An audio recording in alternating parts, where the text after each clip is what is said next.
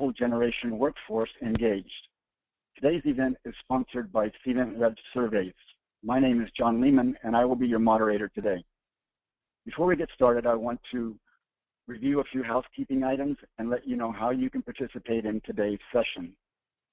Throughout our presentation, we'll encourage you to interact with our speaker by typing in questions and comments using the questions pane on the right side of your screen. We will be collecting your comments and questions during the presentation and conducting a Q&A session period after today's presentation. If you'd like to join the conversation on Twitter, you can use the hashtag #SurveyWebinar. The Twitter handle for today's guest is Cvent Survey. We'd love to have you connect with us on Twitter and keep the conversation going beyond today's event. Also, we are recording today's session and we'll make the link to the recording available 48 hours post-event by way of email. Now on to today's speaker. Mike Phillips is Director of Feedback Strategy for Cvent Web Surveys. Mike has over 25 years of experience in providing analysis, research, and consultation across multiple industry verticals and clients, and is the Director of Professional Service Group at Cvent. Mike has held several senior leadership positions in the research and professional services industry at companies such as ComScore, KPMG, and LRA Worldwide. He earned a Master's of Science degree at George Washington University and a Bachelor of Science degree at Georgia State University. I'd like to be the first to welcome Mike to today's event and turn the program over to them now. Mike, the floor is yours. Thank you, John, and thanks to everyone for joining me this afternoon. As John said, we're doing a lot of work in the area of employee engagement and a lot of studies right now, both in progress and already finished, with respect to the impact of generational membership and the effect it has on the workplace environment. So today, what we're going to talk about are some of those generational differences in the larger macro perspective, and we'll talk some about definitions. There's a lot of talk about Gen Y and Gen X and that sort of thing, and we think it's important to start having some precision around what those terms mean without necessarily stereotyping those generations. So we're going to talk a little bit about what are some of the general macro trends out there that define differences among these and between these generations.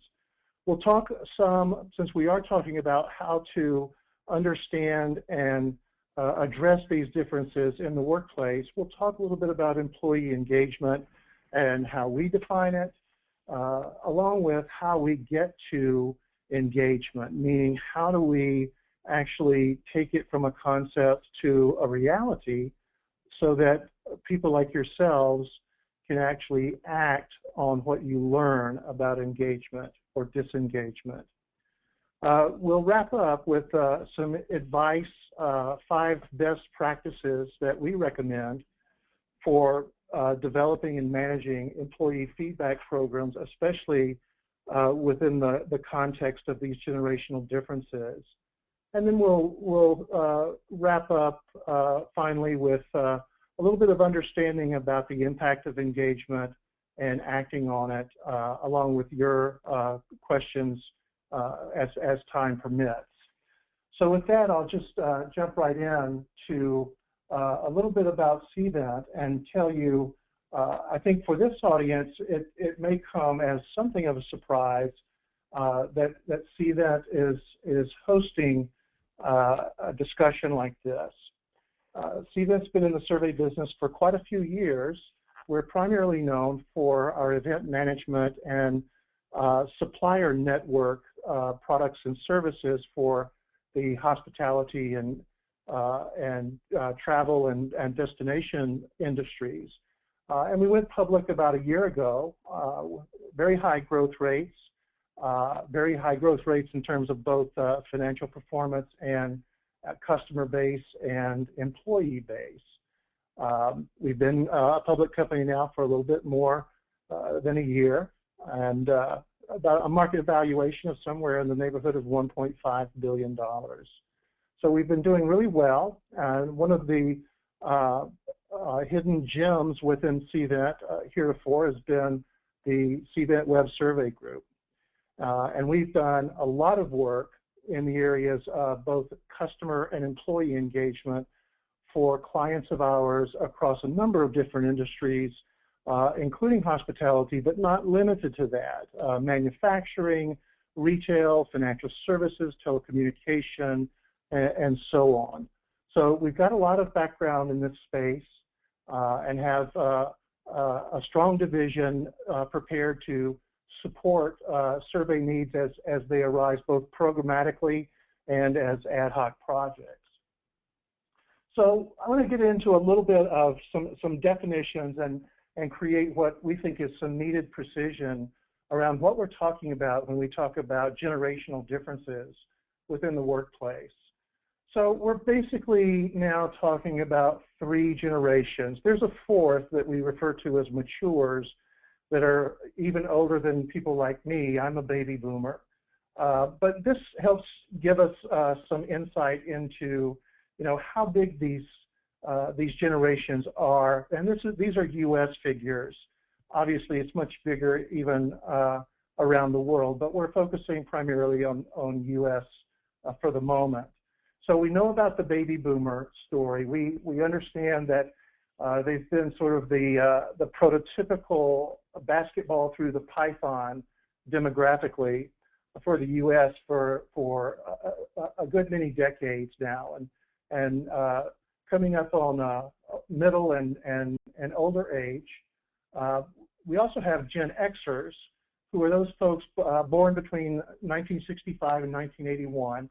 About 41 million of those in the U.S. Currently. And then finally, we've got Gen Y. Those people were born after 1982 and up to about 2000. Now, the unfortunate thing about this particular graphic is that most Gen Y folks probably aren't too used to looking at a newspaper. They're more than likely getting their news on a mobile device. But that notwithstanding, we're talking about a large cohort now that's about to move through, both in terms of the consumer population, the employee population, and not too far away, the decision-making population, those who have an influence on the culture and on the marketplace in the U.S. and beyond. Some of the generational differences that are summarized in a number of different studies that we've attempted to compress here for you to give you a general idea of some of these macro differences.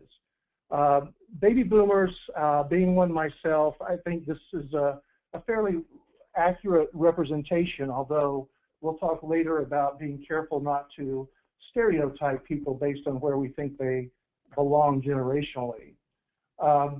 Baby boomers tend to be all about expanding themselves, developing themselves, being a better person, broadening their horizons, having a certain set of ideals that blossomed in the early and mid-60s and created a lot of hope and optimism around what we could achieve as a generation. We assume that we're dealing with diversity in the world around us, and we seek that freedom to do the things that we think are necessary to create a better world as we see it.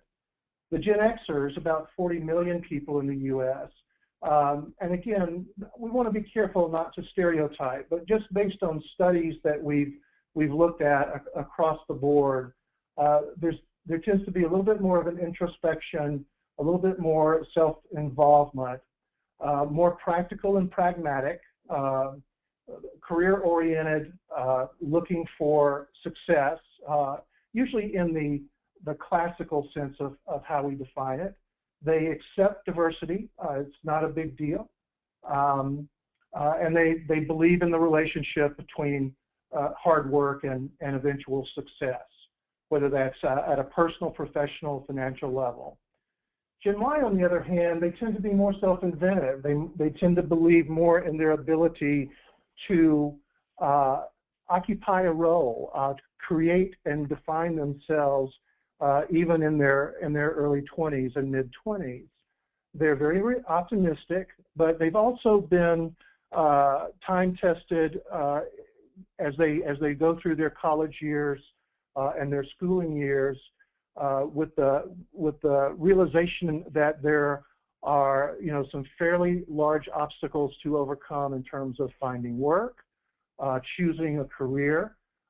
So their optimism is tempered with the right levels of realism that there are going to be good things in the future, but it's going to take a lot to make it happen, and in some cases I'm going to have to invent my own path to move down. They actually celebrate diversity. They were actually, most of them, raised by baby boomers, after all, and were the participants in play dates and scheduled activities and a whole host of social and educational and recreational activities designed to expand them as eventual adults. So there's a celebration and an acceptance of diversity that's heretofore been unprecedented by previous generations. They have high expectations, both of themselves and the world around them. They expect to be heard. They expect to be able to make their way if they do the things that they think they need to do or that are defined for them as the right things to do to move ahead. So these are very broad strokes, admittedly, but it's an attempt to introduce some of us and maybe reintroduce many of us to these generational concepts and how they can differ from one another. So, of course, today we're going to be talking about these differences and how to deal with these differences within the context of the workplace and within the context of the conceptual term employee engagement. There's been a lot of conversation, a lot of writing, a lot of media out there talking about the need for employee engagement. And there are lots of different definitions of an engaged employee. This is the one that CVET uses by and large. It's not necessarily the dictionary version, but we think it's very useful when engaging and working on these programs with our clients. So it's the measurable degree of an employee's positive or negative emotional attachment to their job and to their colleagues and their organization, and how that level of emotional attachment affects or influences their willingness to work within the parameters established for them and to learn from what their work informs them.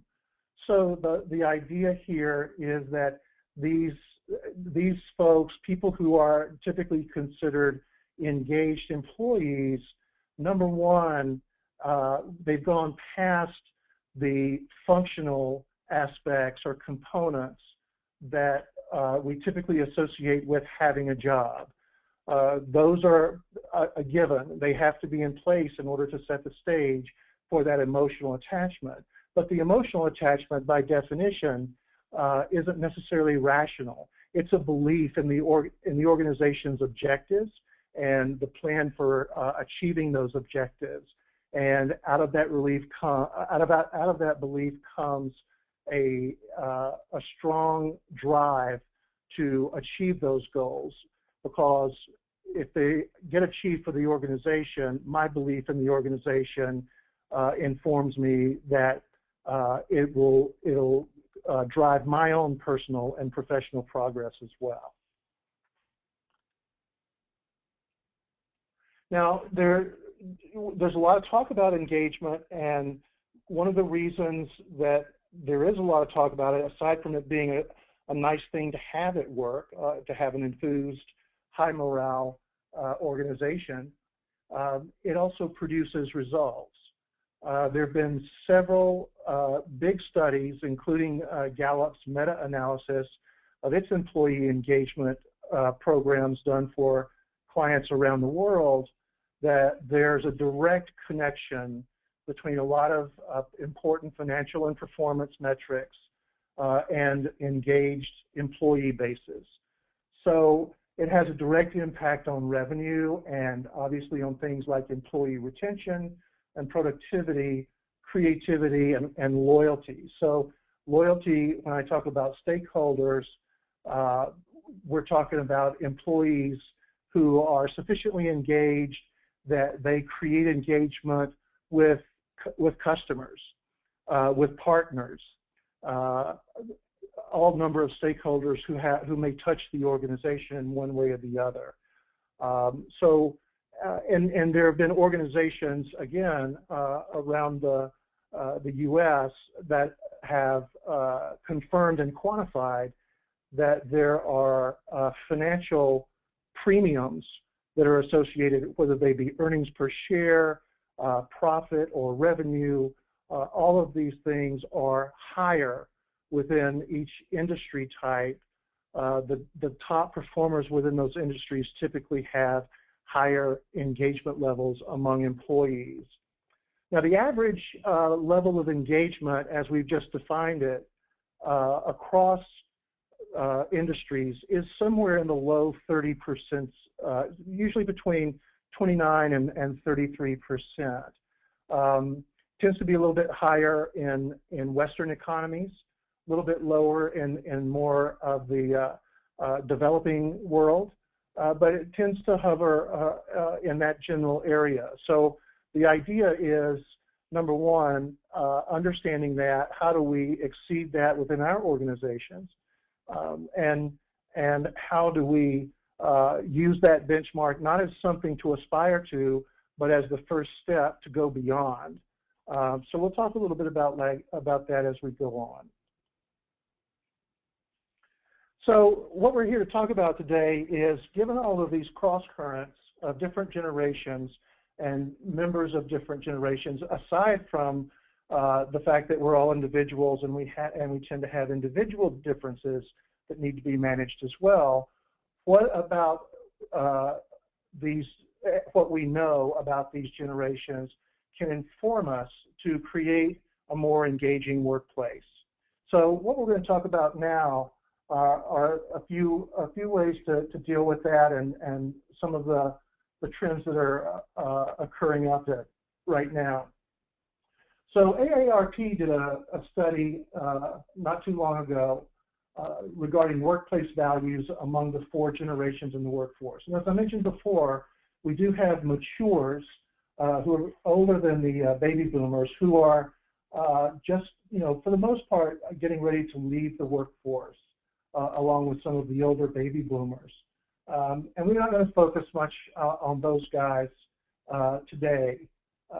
We'll talk a little bit more about boomers, but not even so much about boomers. The big emphasis is going to be today on the emerging generations within the workplace, which include Generation X. And we see what their workforce values as defined by AARP are. And we can see that there's a strong emphasis on a balance between work and personal life, the need for self-determination and autonomy, the emphasis on flexibility, both from themselves and those who work around them, a little less formal, more diverse, grew up in the age of globalization. So the global marketplace is on the mind of these folks, and those who are striving for success in the workplace and want to move up and want to control their own destiny are thinking much more globally than their boomer predecessors, and much more specifically about what's going on globally than their boomer predecessors. And then we've got our Generation Y group, which is the largest cohort, which is about to be the next basketball moving through the demographic python. In this case, we're talking about people who are aggressively seeking feedback and recognition. They're looking for personal and professional fulfillment. That doesn't necessarily have to be monetary, but there's definitely a need to feel that what one is doing is worthwhile and personally satisfying and offers the opportunity for professional advancement. They're the most advanced technologically among these generations, of course. This is the first generation that has grown up with something electronic in its hands rather than a pencil and a piece of paper. These are the folks who are techno-savvy because it's been part of their evolution and their upbringing. Now, how does this translate into the kinds of things that we need to think about when managing across these different generations? Because these three are sizable within our individual workforces and in the workplace in general. This is a little advisory piece that was created by Ceridian LifeWorks, which is a consulting company that works on these types of challenges. And with all of the description that I was doing earlier about what are the differences between Gen Y and Gen X and baby boomers, we have to make sure that we avoid the tendency to be stereotypical in how we evaluate these folks. So the two primary things to focus on for the sake of our discussion today are avoiding those age stereotypes, making sure that even though, Mike Phillips is a baby boomer and someone else might be a Gen Y or Gen X, that doesn't necessarily mean that we can automatically apply a set of characteristics to those different groups, one to another. It does mean, however, that we can predict and expect certain trends in the workplace that if we're smart about it and we're collecting the data and the feedback that we need, we can anticipate what's needed within our workplaces and get out of it, ahead of it, and thus keep the workforce engaged and productive. And then the second area of focus is the need for transparency in the workplace, to be open about what the generational issues might be for coworkers, even between generations. So the idea of being relatively informal, being straightforward, being honest about what might be the differences in expectations and perspective between a Gen Y, for instance, and a baby boomer. So there are other things here that require some focus too, and some of them are a little bit more formal than others. One of them that sticks out for me is item number 3, seek out mentoring opportunities at work. What I can tell you is, as we get into later pieces of the presentation, we're going to talk a little bit about how we make or how to make employee engagement something that you can actually take action from. And the studies that we've done over the past several years indicate that consistently one of the things that emerges, especially with Gen X and even more so with Gen Y, is the opportunity to be mentored. And some of the most likely drivers of differences between disengaged and engaged employees focus around their relationship with a mentor, whether that's a formal mentor in the form of a supervisor or someone who's less formal but has taken someone under their wing and is providing counsel to them to help them make their way through the workplace. So one of the things I can say to you before we get even further into this is that all of these are important and things to think about, both in terms of our informal person-to-person interactions and how we may want to frame and stage the workplace, if you will, for the larger working population. What we can also tell you is that there's a real need, especially between boomers and the younger generations, to foster mentoring relationships as a key to creating engaged employees. So, talk a little bit about the quote-unquote honest truth. The reality is that in surveys that we have done and surveys that have been done by others, in particular organizations like the Society for Human Resources Management, we can already see the effect of generation and generation membership on the types of things that employees are seeking for themselves in the workplace. So, for instance, with baby boomers, the number one priority for them in the workplace is benefits. A significant supermajority of baby boomer employees, regardless of industry, regardless of their tenure in the workplace, and primarily because of where they are in their life stage, benefits is a big deal, and that's to be predicted. In the same study for Society of Human Resources Management, it's been determined that for Gen X, the number one predictor of engagement and the number one item sought in their workplace experience is career development and professional success. So they're looking for, okay, what's the next step? How do I get there? I'm programming myself for success. How well is the organization going to position me to be successful and to reward my performance? Now, for Gen Y folks, it's different, and it's a little bit more qualitative. The number one thing, there are actually two things that run parallel in this particular study among the Gen Y generation. First is there's not a majority, but close to a majority, about 45% have said that they seek to create friendships within their workplace, that they're looking for the ability to socialize and to network and to get along and have it be part of their life.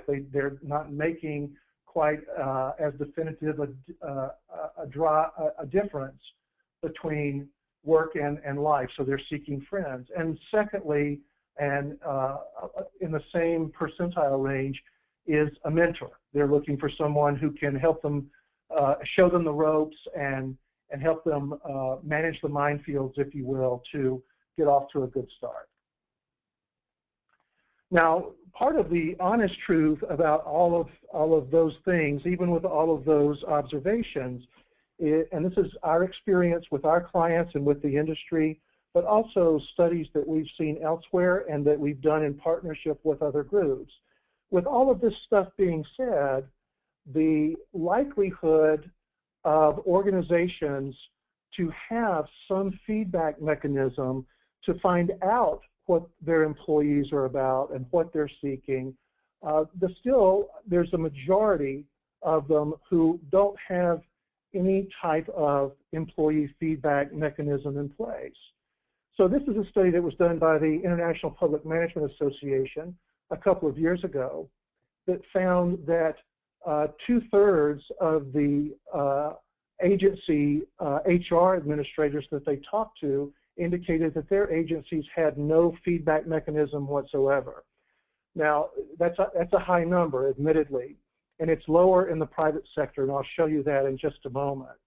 But what's astonishing is that we're into the second decade of this millennium, and we still see a majority of organizations that have not created some mechanism to hear from their employees.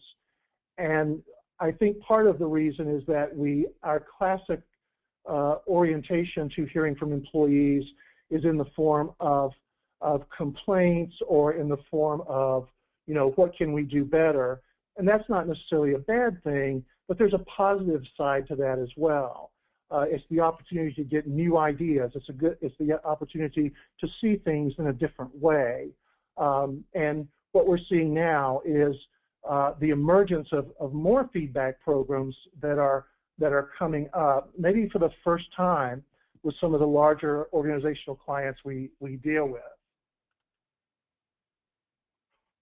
So what I want to talk about now is how do we actually get to engagement. We've talked about the definition and the concept of employee engagement, and it's like apple pie and motherhood. Nobody's going to say we don't believe in employee engagement as defined. The issue becomes one of then, well, how do you crystallize it? How do you make it real? And then once it's made real, how do you do something about what you learn?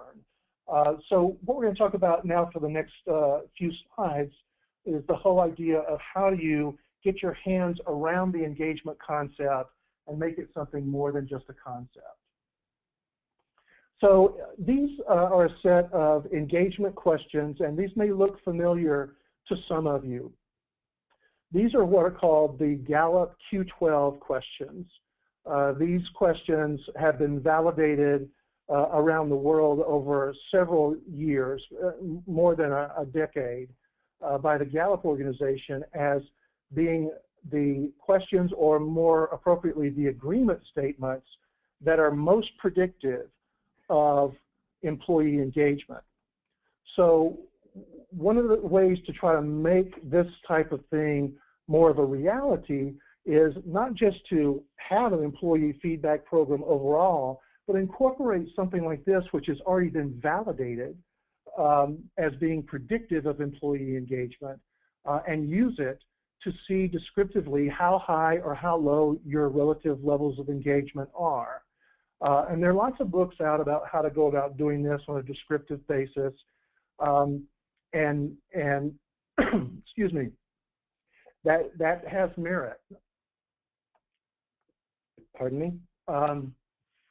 But one of the things that we're trying to do here, and others in our space are trying to do, is find a way to operationalize engagement beyond just pure description, knowing how high or low engagement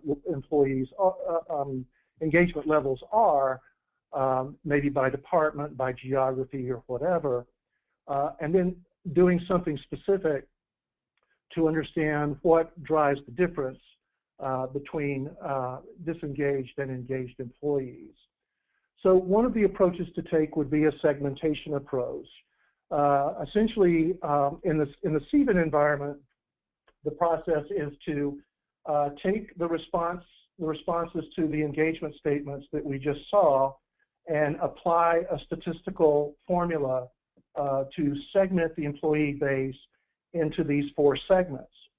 As you can see, the 2 dimensions that drive the engagement definition are alignment, the extent to which the employee feels in alignment with the employer's objectives and vision, and then empowerment, the extent to which the employee feels able to take action, not just in terms of their own personal proclivity to be action-oriented, but also feeling whether or not they have the training and they have the tools and they have the authority to take action on behalf of the organization. So obviously, employees who are high on both dimensions are our engaged employees. They're strongly aligned with what the mission of the organization is and the framework of the organization, and they feel appropriately empowered to act on behalf of the organization. And then we've got various flavors depending on how aligned versus how empowered employees may feel. Different companies have different ways of tackling making engagement actionable, but this is one way that we use, in addition to the descriptive analysis, to help understand and quantify and not only just overall engagement levels, but variations in levels of engagement through these segments.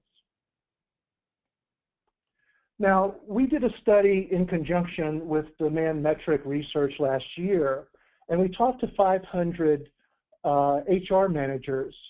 And one of the first questions we asked them was to give us an estimate of what they thought the levels of employee engagement are within the organizations that they were members of. And the way we were able to divide this out based on their answers was that we were able to segment on those HR managers who felt that they had less than 50% of their employee workforce that was engaged, and those who felt that 50% or more, the majority of their workforce, was considered engaged. So using that segmentation, we then asked them things like this. How do you measure the effects of employee engagement? And this is how it breaks down, with the gray bars being those HR managers who feel like they have high engagement, and the blue being those that feel they have low engagement within their workforces. And one of the key things that stuck out for us was customer satisfaction. One of the things that's been proven out by Gallup and other high-profile organizations is that there's a direct relationship between employee engagement and customer engagement or satisfaction. So it was gratifying to see that those HR managers who felt like they had high levels of engagement were also pretty high in their response that they used customer satisfaction as a proxy for employee engagement as well. There's also things like hygiene metrics, turnover, absenteeism, safety rates, and those types of things. So what you can see here is that obviously there's a higher likelihood to have these types of things in place where workforces are considered to be more engaged. The big item that sticks out is the bar at the bottom, where 35% of those who felt that they had low engagement or lower engagement within their organizations have no way of measuring, or no way that they could think of for measuring levels of employee engagement within their organization. So this, to a certain degree, buttresses what we saw before in the public agency example. It's lower, but we'll see some other statistics that indicate that private organizations as well, a very slight majority, are still working on programs to foster feedback on a continuous basis with their employees. And then we talked a little bit about ways to create an engaged culture. And this is just among those HR managers who felt that they had high engagement levels in their organization. So they've got some of the classic things in there, like performance reviews and skills training and those types of things. Pardon me just a moment. Thank you. What I can also tell you is that, again, one of the things that we see as we do a lot of predictive analysis for our clients is that where there are disengaged employees, they tend to be those who don't feel empowered via skills training, they don't feel that they're being mentored, and so forth. And this is more accentuated, as we said before, with the Gen Y and the Gen X groups, especially with Gen Y.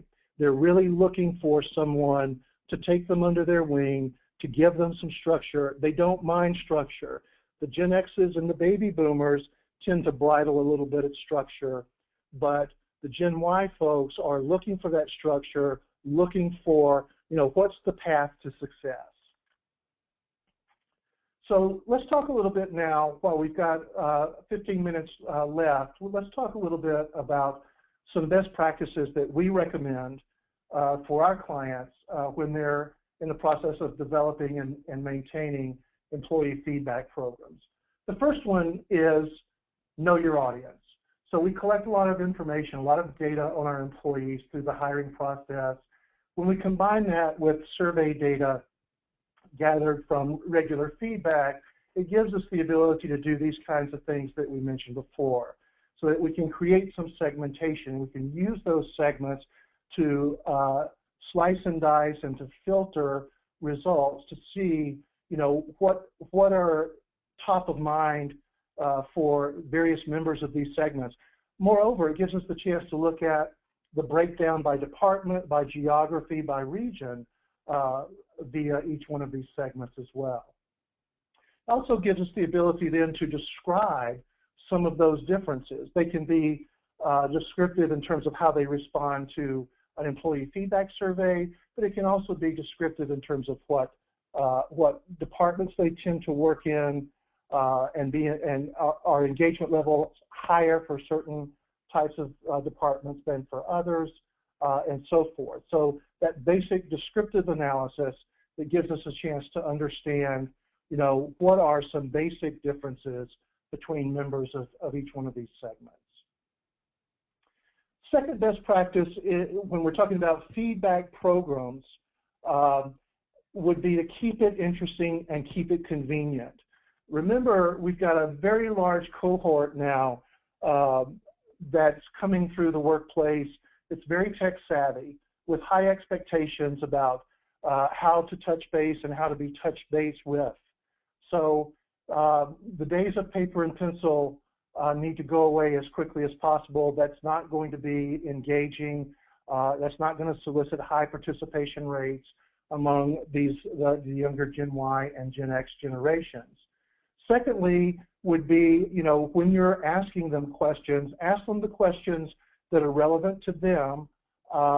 Don't ask about things that you already know about, and use, creative ways to make a point.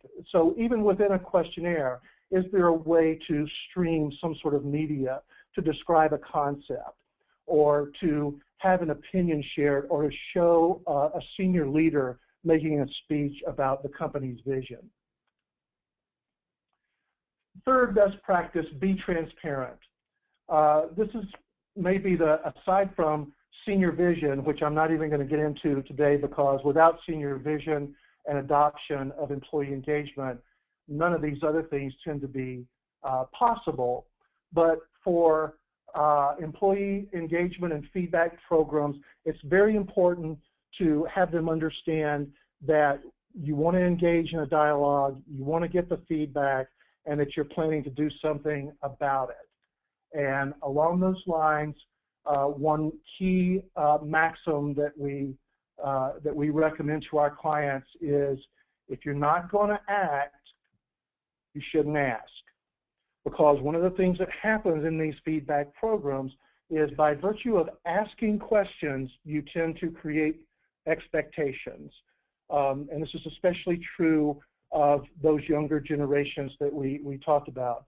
So make sure that when you're crafting your questionnaire and designing your survey to solicit that feedback, that you're asking things not only that are relevant and timely, but things that you're prepared to do something about. And then number 4, tailor your engagement strategy. So once we know how many people are engaged, what types of engagement segment they belong to, then it's an opportunity to tailor how we address them and foster even further engagement. So in this particular case, we move from descriptive to predictive analysis. We're looking at what are the things that differentiate on a predictive basis each of these segments from the other, and each of the 3 other segments from engaged. So this gives us the ability to identify those key drivers at the organizational level or at the business unit level, and then feed that information into mentoring and training efforts and performance review. And then finally, goes closely along with being transparent, but the idea of making this a conversation. One of the things that Gen Y and Gen X is looking for is the ability to have input, to be heard, and especially with Gen Y being a cohort twice the size of Gen X. We're talking about a group that's growing and going to be more dominant in our workplaces over the next few years. There's a real desire to be heard. The way to make that, to satisfy that desire, is to leverage the technology, leverage the ability to create feedback programs and turn them from just pure feedback programs into opportunities to have a conversation, to have a discussion, not to ask them, 60 questions once a year, but maybe ask them 10 or 15 questions every month or 20 questions every quarter. The economics are there now from a technology perspective to allow us to do that cost efficiently.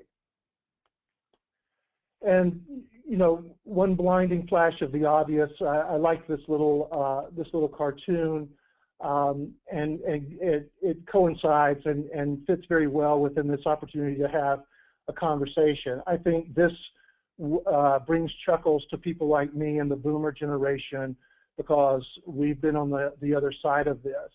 What we want to do is we want to set the precedent with Gen X and Gen Y to not have this be a what if, that it becomes an assumed process. It becomes part of the fabric of how we work together. And so finally, I'll wrap up with a very nice diagram that we like very much that's been produced by the Timken Group, which is a very well-respected HR consulting firm. This basically summarizes the impact and the virtuous cycle of engaged employees creating strong performance at the organizational level, and how it does start with a single employee, but exponentially what the effect is when an engaged employee creates a great stakeholder experience, which engenders loyalty, recommendation, and recognition for those employees, and the cycle just repeats itself. So one of the classic orientations to employee engagement, to the extent that it's classic at all, is for no other reason than to make sure you have strong performance at a general organizational level. We need to be focused on engaged employees as the engine to make that happen. But the other key benefits and bonuses that we get from having an engaged workforce is that these engaged employees talk to other people about their employment experience. They talk about it positively, and they're happy and they're excited to talk about their work. They generate a lot of new service ideas. They think outside the box. They're encouraged to. They're not afraid to. They're not afraid to bring up things that don't necessarily fit the old paradigm. And they feel empowered to solve problems, to do the right thing. So the idea here is not just to create engaged employees for the sake of driving our economic and financial engine that's called our company or our organization or our agency, but to also create a great resource for all of these other side benefits that actually make us even better than just pure financial performance. So, as I said before, the key to high organizational performance and the best thing that you can do to engage with the marketplace is to engage with the workplace. And with that, we have a poll, don't we, that we want to show? We've got a polling question we'd like you to answer, and then we'll do some Q&A quickly as time permits.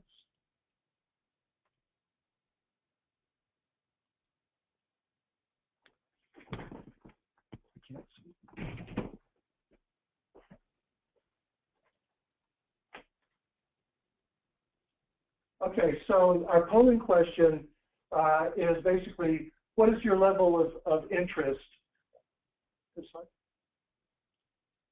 What is your level of interest in the concept of employee engagement and those types of programs? We're going to give you a chance to register your level of interest from very interested to not interested. We'll give a few seconds for you to answer.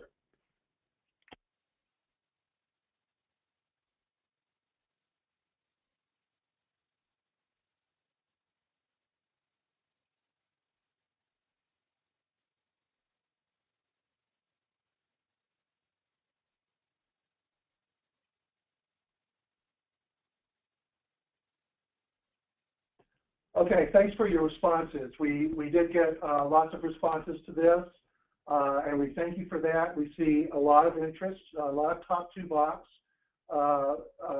expression of interest in the concept. We appreciate that. We'll let you know what the overall results were when we wrap up. But now we'll just have a little bit of Q&A while we've got a few minutes left.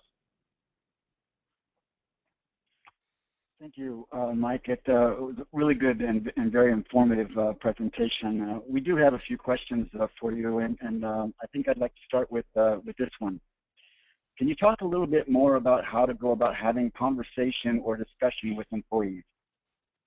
Yeah, I mean, what we try to encourage our clients to do is to leverage, we're a SaaS provider, so we're software as a service. So there's not huge developmental ramp up to get this stuff started. And a lot of the tools that are out there now are DIY, they're do-it-yourself, and they're easy and intuitive to set up. So the idea here is to work off of a platform where it's cost effective to create smaller surveys that may be topical. So if we're about to go into a new benefits enrollment period, maybe we precede that with a short questionnaire on satisfaction with current benefits and knowledge of current benefits and that sort of thing. So it's an opportunity to pulse out short questionnaires on a DIY basis, or working with a SaaS provider with a professional services group to help support that. But it's really gotten much easier to do these kinds of things within a much shorter time frame. In addition, when those data are collected, they tend to be summarized and reported in a lot easier, more consumable way. So the idea here is you don't have to collect a lot of data and dump it to a spreadsheet and then have somebody analyze it and then determine whether or not they had the right perspective when it was analyzed. You usually can tap into these programs that have really nice, intuitive reporting that give you some insight right away. So our recommendation is, even if you have to do a baseline study every year take a temperature of the organization on a number of different dimensions, that's fine.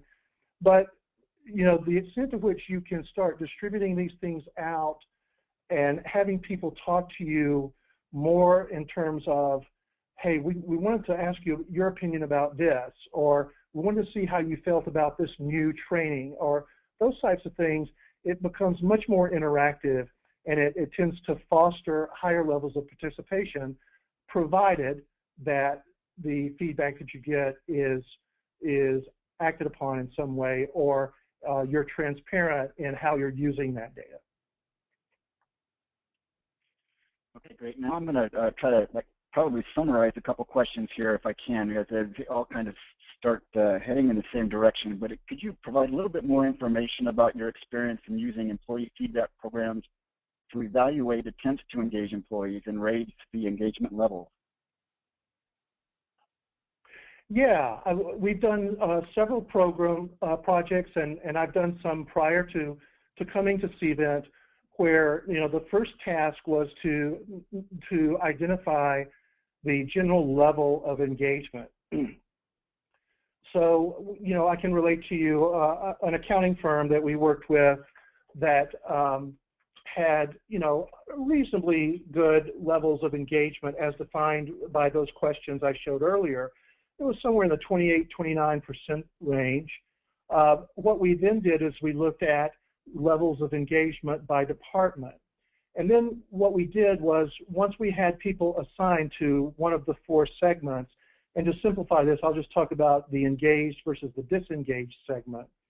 Then what we were able to do is do a predictive analysis that looked at what are the variables that were either collected via the employee records or through the survey itself. What were the variables within the employee experience that tended to drive the differences between being engaged and being disengaged. And those drivers tended to differ from one department to the next. So what we were able to do was hand to our client not just your classic sort of survey research study with an executive summary and key findings. We're actually able to hand over a packet of information at the departmental level that said, if there are only two things that you can focus on in the next 6 months, these are the two most important things you should focus on within your department to raise levels of engagement. So it was much more prescriptive than descriptive. And from the client's perspective, that was welcome because they had lots of programs in place in general where they related to recognition or training, or performance evaluations, all of those types of things. But it helped inform the managers for each one of those departments on what are the things that are most precise and of highest priority to help raise engagement levels within the group that they're responsible for. Okay, great. So Mike, here's a question about one of those measurement tools that you had talked about previously. Do you have any insight on different patterns of responses to the Gallup 12 across the generation? Some. The Gallup 12, it started back when Gen X was just coming to the forefront in the workplace. So it's been around for a little while.